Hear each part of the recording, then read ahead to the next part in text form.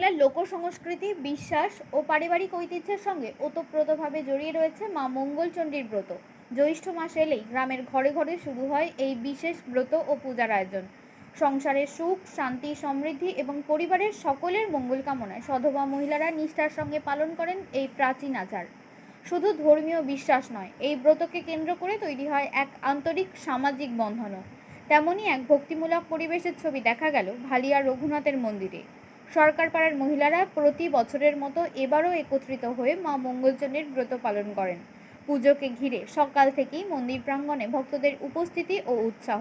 ব্রতকারী মহিলা ছায়া সরকার জানান, এই ব্রতের নানা বিশেষ নিয়ম ও উপাচার রয়েছে এবং মূলত স্বামী এবং পরিবারের কল্যাণ কামনাতেই এই ব্রত পালন করা হয়। অপর এক ব্রতকারী মিলি সরকার বলেন, বিয়ের পর থেকেই সধবা মহিলারা এই ব্রত করে থাকেন। বিয়ের সময় পাওয়া লক্ষ্মীর কৌটো দিয়েই মঙ্গলচণ্ডীর পুজো করা হয়। ধর্মীয় বিশ্বাস অনুযায়ী মা মঙ্গলচণ্ডী দেবী দুর্গার এক মঙ্গলময় রূপ। ভক্তদের মতে নিষ্ঠার সঙ্গে এই ব্রত পালন করলে সংসারে অশান্তি দূর হয়, রোগ ব্যাধি ও বিপদ কাটে এবং পরিবারের সুখ সমৃদ্ধি বৃদ্ধি পায়। পূজার অন্যতম গুরুত্বপূর্ণ অংশ হল মঙ্গলচণ্ডীর ব্রতকথা পাঠ ও শ্রবণ। শেষে প্রসাদ বিতরণের মধ্য দিয়ে সম্পন্ন হয় এই ধর্মীয় আচার। মঙ্গলবার 4টে মঙ্গলবার থাকলে 4টিই করা হয়, 5টা থাকলে 5টা করা হয়। সবাই মিলে আমাদের সরকার বাড়ির পুজো। সরকার বাড়ির রঘুনাথ দুর্গা সব আছে। এই মন্দিরটার কি নাম? এইটা হচ্ছে রঘুনাথ। আপনারা কি সকলে একসঙ্গে? আমাদের সবার একসঙ্গে মিলেমিশে একসাথে সব পুজো হয়। এতে কাঁঠাল পাতা, বেলপাতা, 17টা করে কাঁঠাল পাতা, 17টা করে বেলপাতা। যাদের না বেলপাতা কাঁঠাল পাতা থাকে তারা 34টা করে বেলপাতা দেয়। দুর্ব হচ্ছে 8টা দুর্ব, 8টা আলো চাল দিয়ে অষ্টকিলি হয়। আর ওইটা হচ্ছে ঠাকুরের। আর খাবার খিলি হয় 17টা তুলসী পাতা, 17টা জব, 17টা মুগ কড়াই দিয়ে খাবার খিলি হয়। আর 17টা বাটা হয়, মানে 17 রকম বাটা দিয়ে যে যত রকম দিতে পারবে, মোট কথা 17টা বাটা করতে হবে। সেই বাটা খেয়ে জল খাবে, মা মঙ্গলচণ্ডীর কথা বলবে, কথা বলে এখানেই কথা বলে ঠাকুর প্রণাম করে যে যার বাড়িতে সব যাবে, যে প্রণাম করবে গুরুজনদের প্রণাম করে মা মঙ্গলচণ্ডী। মূলত কি কারণে এই ব্রত আপনারা করেন? আমরা স্বামীর কল্যাণের জন্য আমাদের এটা করা। আচ্ছা, আর ওই যে হাতে তাগা ব্যাপার থাকে বাঁধা? না, হাতে তাগা নয় বাবা, একটা লাল সুতোতে বাঁধা? না, লাল সুতো কিছু বাঁধা হয়নি, সেটা বিপত্তারে নিতে হয়। এটা লাল সুতো কিছু নয়। কতদিন ধরে আপনি এই ব্রত করছেন? হ্যাঁ, আজকে আমার যতদিন বিয়ে হয়েছে বাবা, আজ 30-35 বছর। মূলত সধবারা এই? হ্যাঁ হ্যাঁ, সধবারা করবে, বিয়ের পর থেকেই করবে। এখানে তার থলি কৌটো দেওয়া থাকবে। বিয়েতে যে সমস্ত বাঁধা থাকে সেই থলি কৌটোটা ওই এখানে ঠাকুরের কাছে দেওয়া হয়। থলি কৌটো দেওয়া হবে মা মঙ্গলচণ্ডীর কাছে। মা মঙ্গলচণ্ডীর ঘট স্থাপন হবে, ঘট বসবে আম্মর শঙ্কা দিয়ে ঘট বসবে, এইটুকু। আপনার নাম দিদি? আমার নাম ছায়া সরকার, বাড়ি ভালিয়া। আপনারা মূলত এই ব্রতটা কি কারণে করেন? জ্যৈষ্ঠী মাসের মঙ্গলবার, এই শুভ মঙ্গলবারটা আমাদের 4টে থাকে 5টা থাকে, এটা করতে হয়। মা মঙ্গলচণ্ডীর ব্রত কথা বলা হয়। তারপর ফল মূল সব দিয়ে পুজো দেওয়া হয়। ওই ফল মূল পুজো দেওয়ার যে জিনিসটা, ওটাই মেয়েরা সব খেয়ে থাকে।